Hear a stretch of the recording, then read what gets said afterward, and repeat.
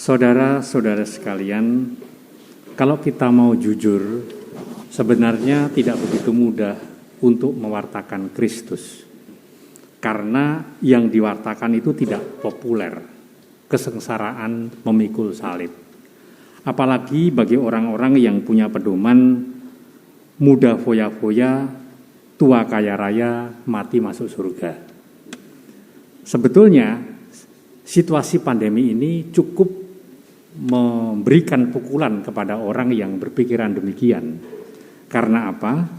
Karena sekarang apa yang diidamkan itu musnah. Semua sulit. Dan itulah sebetulnya saat bagi kita untuk memikirkan kembali bahwa manusia boleh saja menyombongkan teknologinya, menyombongkan kemampuan mutakhirnya.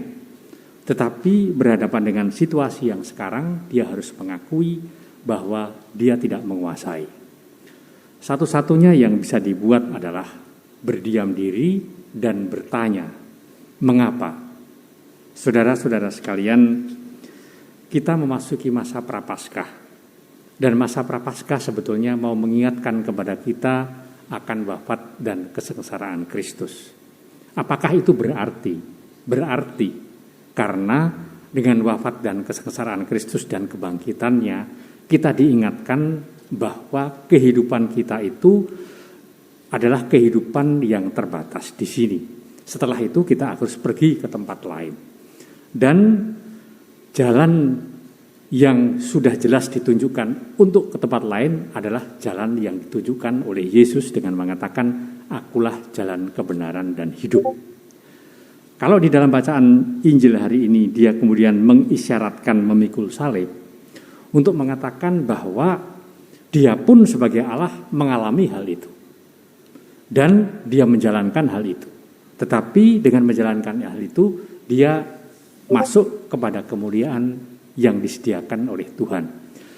Maka sebetulnya sejak di dalam perjanjian lama seperti yang kita lihat di dalam bacaan pertama, sejak awal Yahweh sudah menegaskan kepada para umat Israel bahwa kalau kamu mau mengikuti saranku, memang bukan kenyamanan yang diberikan, tetapi mengembara 40 hari dan di sana mereka sungguh-sungguh berkeluh kesah dan bersungguh-sungguh, dan Yesus tetap Yahweh tetap tegas, mau terus apa tidak terus.